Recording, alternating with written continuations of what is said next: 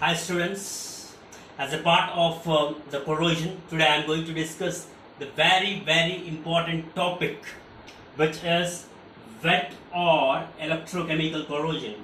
So why I am saying that it is very important topic from the examination point of view is, I have been working as the associate professor in the field of engineering chemistry since 2009. And since 2009, this question is being repeatedly asked in the regular as well as in the supplementary examination. So that is the reason I am saying that this particular question is very important from the examination point of view. So wet or electrochemical corrosion. So first of all, let's discuss why it is called as the wet corrosion. This particular corrosion is called as the wet corrosion because this particular corrosion occurs under wet conditions. That is, this particular corrosion is only possible in the presence of moisture. So that is the reason this particular corrosion is called as the wet corrosion. Now let us discuss why this particular corrosion is also called as electrochemical corrosion. This particular corrosion is also called as wet electrochemical corrosion because this particular corrosion involves the settling up of tiny electrochemical cells on the surface of the metal. And what are required for the settling of the electrochemical cells, students? Electrode is required and electrolyte is required. And the electrolyte is our metal and electrolyte is the moisture which is a part of environment. So that is the reason this particular corrosion is also called as electrochemical corrosion.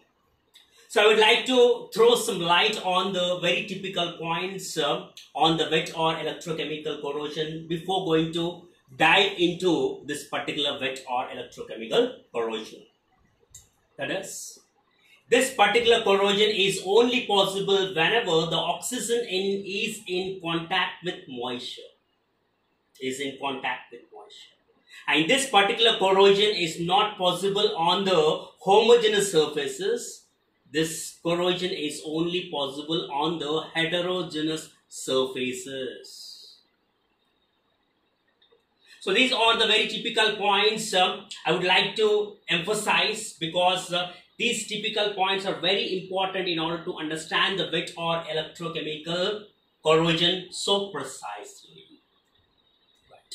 Now, do remember that this particular wet or electrochemical corrosion occurs under two conditions.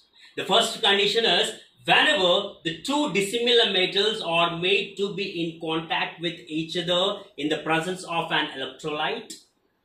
And the second condition is whenever the metal is exposed to varying concentration of oxygen.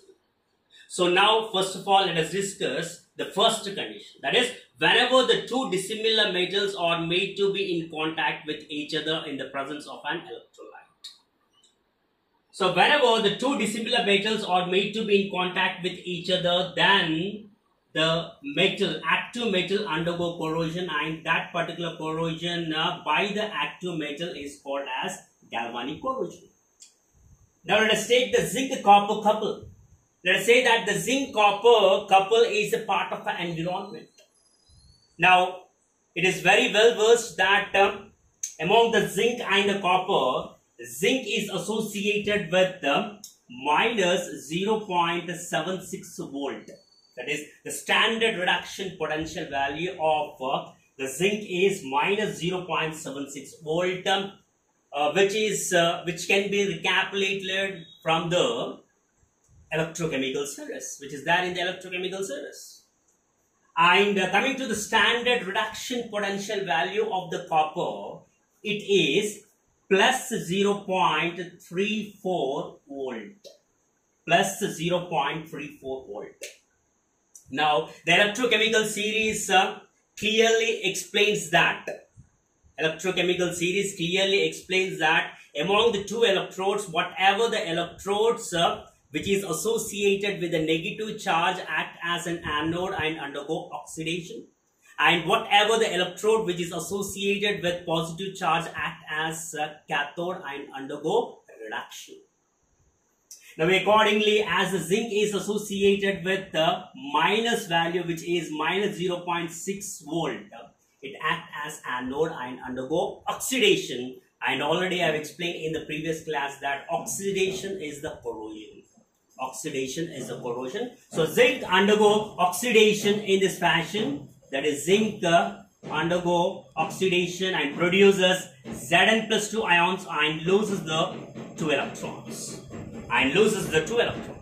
Now whatever the 2 electrons which have been lost by the zinc upon oxidation,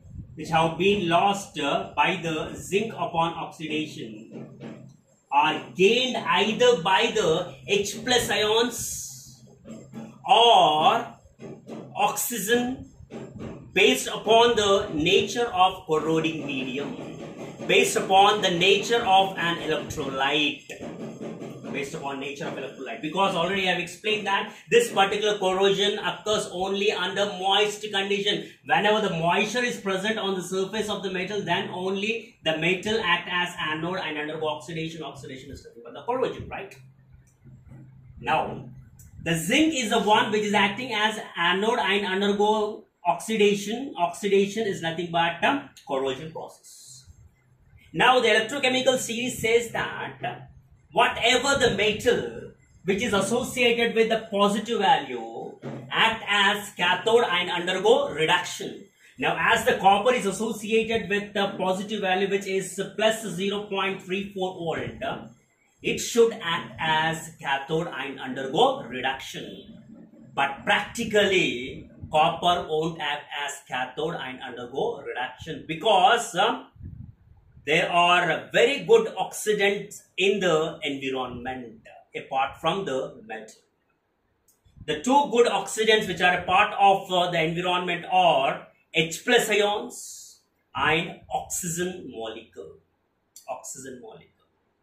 Now, under H plus ion condition, what happens? And under oxygen conditions, what happens to the metal whenever it is acting as cathode and undergoing reduction? I will discuss later. But do remember that as per the electrochemical series, the copper should act as cathode and undergo reduction, but it won't happen because apart from the copper, so many oxidants are a part of environment. Very good oxidants are a part of environment. Among the very good oxidants which are a part of environment, H plus ions and oxygen molecule is the very good oxidant which is a part of environment. So based upon the nature of the corroding medium only, either H plus ions act as cathode and undergo reduction, or oxygen act as cathode and undergo reduction.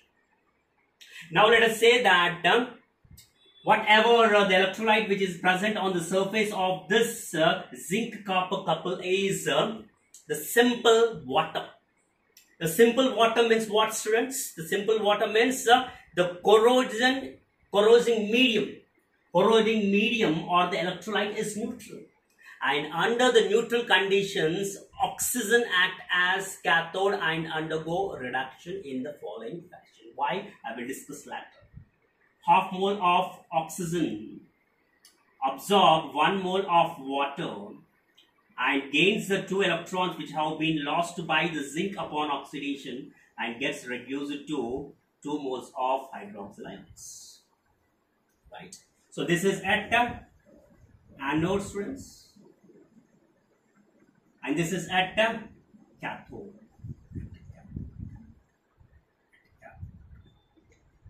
Now, at anode, which ions are formed?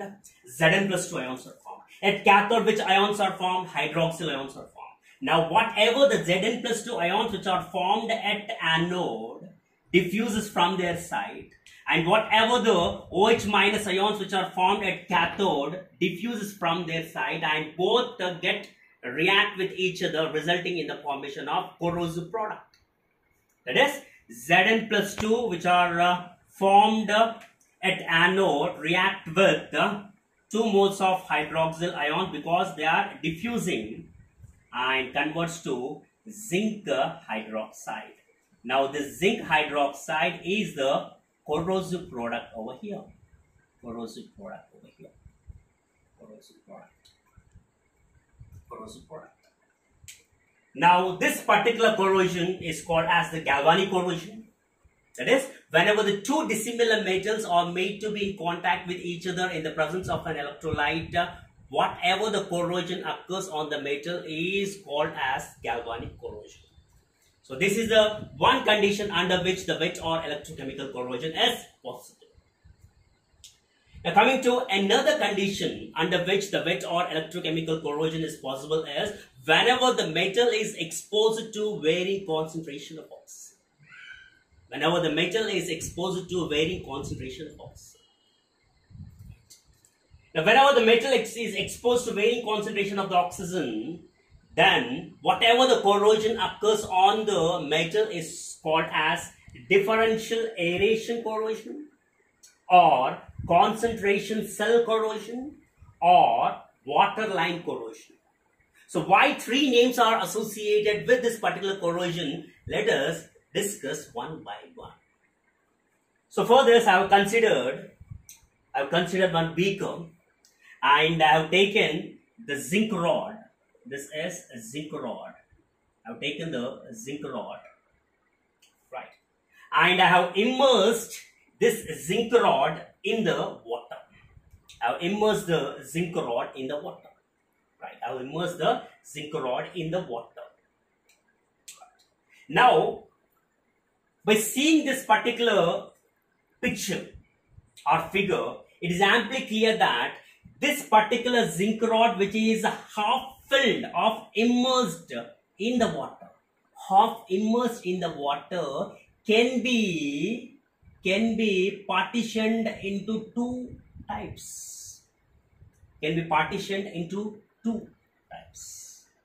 That is, the part of the zinc rod which is not immersed in the water, the part of the zinc rod which is immersed in the water. The part of zinc rod which is not immersed in the water is more aerated, because it is not immersed in the water. Now, whatever the part or portion of the zinc rod is immersed in the water is less aerated. Right. Now, whatever the portion which is exposed to the air, which is not immersed, means it is exposed to the air, is more aerated, means what? The concentration of oxygen will be more or less, students. So definitely the concentration of oxygen will be more because the air contains the oxygen. Now, as this particular portion of the zinc rod is exposed to the air, since it is more aerated and as the air comprises the oxygen, we can say that the concentration of the oxygen at the portion of the zinc rod which is exposed to the air is more. The concentration of oxygen is more. Concentration of oxygen is more. Right. Now here, coming to the bottom portion which is immersed in the water. Now this portion which is immersed in the water is not exposed to the air. Since it is not exposed to the air, it is less aerated. So since it is less aerated, so definitely we can say that as the air comprises the oxygen, we can say that the concentration of oxygen in this portion which is less aerated is less. That is, concentration of oxygen is less. Concentration of oxygen is less. Now concentration of oxygen is more on the top portion, and in the bottom portion the concentration of oxygen is less. Concentration of oxygen is less. Now, among the two portions of the zinc rod associated with more concentration of oxygen and less concentration of oxygen, which act as cathode and undergo reduction. Already I have explained clearly that oxygen present in the environment is the very good oxidant. Oxidant means what?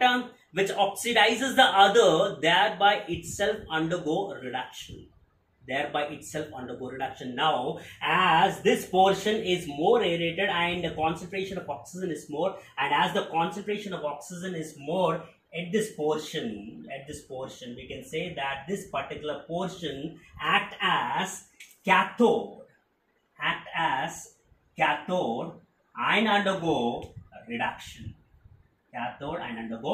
Because oxygen is the very good oxidant present in the environment and the concentration of oxygen is more at the top portion. That is the reason it acts as a cathode and undergo reduction, forcing the other portion of the metal which has been immersed in the water to act as anode and undergo oxidation.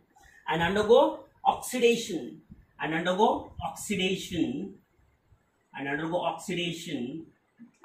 is nothing but corrosion.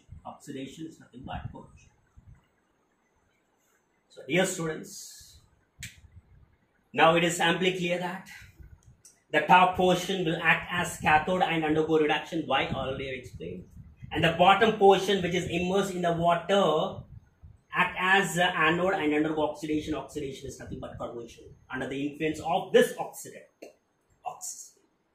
But the question is whether the whole portion which has been immersed in the water act as anode and undergo oxidation, that is corrosion, or some part. That is the question, right? Whether the whole portion of the zinc rod which is immersed in the water act as anode and undergo oxidation. Oxidation is nothing but corrosion, or the some part. Already I have clearly explained the typical point of the wet or electrochemical corrosion is, for undergoing the wet or electrochemical corrosion, definitely the heterogeneity is needed.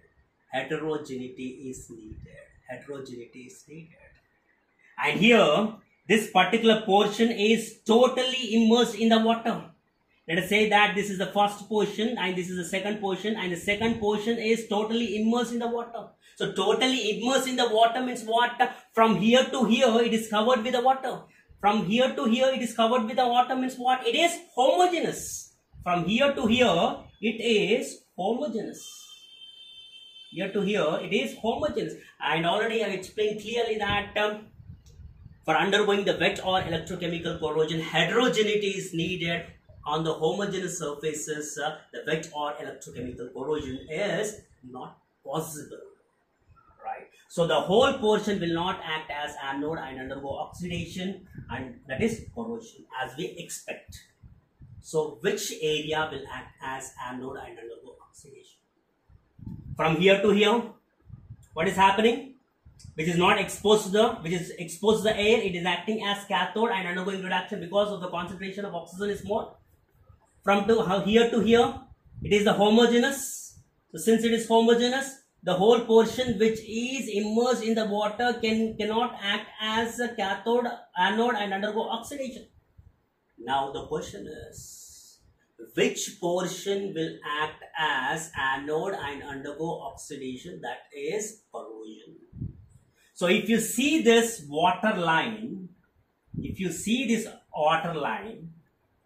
above the water line, it is not covered with water. Above the water line, it is not covered with the water, and below the water line, it is covered with the water. Above the water line, it is not covered with the water, and below the water line, it is covered with the water. So the heterogeneity is there just above and below the water line.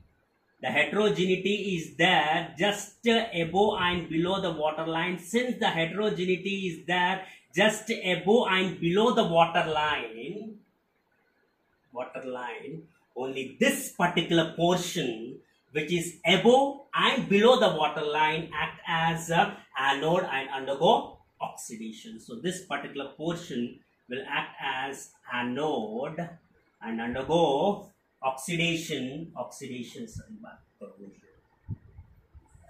So this is very important. That is the reason, before I explain this particular phenomena, I clearly explained that this is the typical point. That is, for undergoing the wet or electrochemical corrosion, definitely heterogeneity is required.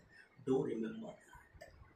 Because if you take the iron nail, put it in the water and ensure the quantity or the level of the water remains constant. Ensure the level of the water remains constant. So if we ensure the level of the water remains constant, then there is a homogeneity. There is a homogeneity. The iron nail will never ever act as anode and undergo oxidation, which is absolutely covered by the water.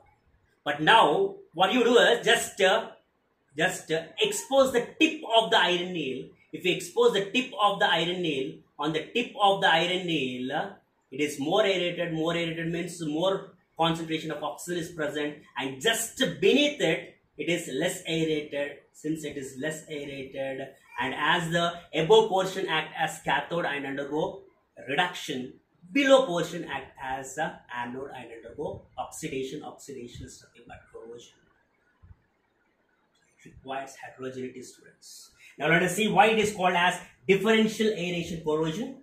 So it is called as differential aeration corrosion because this corrosion of the metal is taking place whenever the metal is exposed to varying concentration, or varying concentration means varying concentration of air, the difference in the air. So that is the reason it is called as differential aeration corrosion. And this particular corrosion occurring on the metal is due to the change in the concentration of the oxygen. The portion which is more concentrated, the portion which is less concentrated. So that is the reason it is also called as concentration cell. And why it is also called as waterline corrosion, students? Because this particular corrosion is taking place just above and below the waterline. Now, based upon this fundamental basics about the wet or electrochemical corrosion, I will discuss the electrochemical theory involved in rusting of iron, which will be definitely asked in the examination. So I will make the video of that in the next video. So thanks for watching. I hope you understood this. So if you understood this, please do comment on the video. Thank you, students.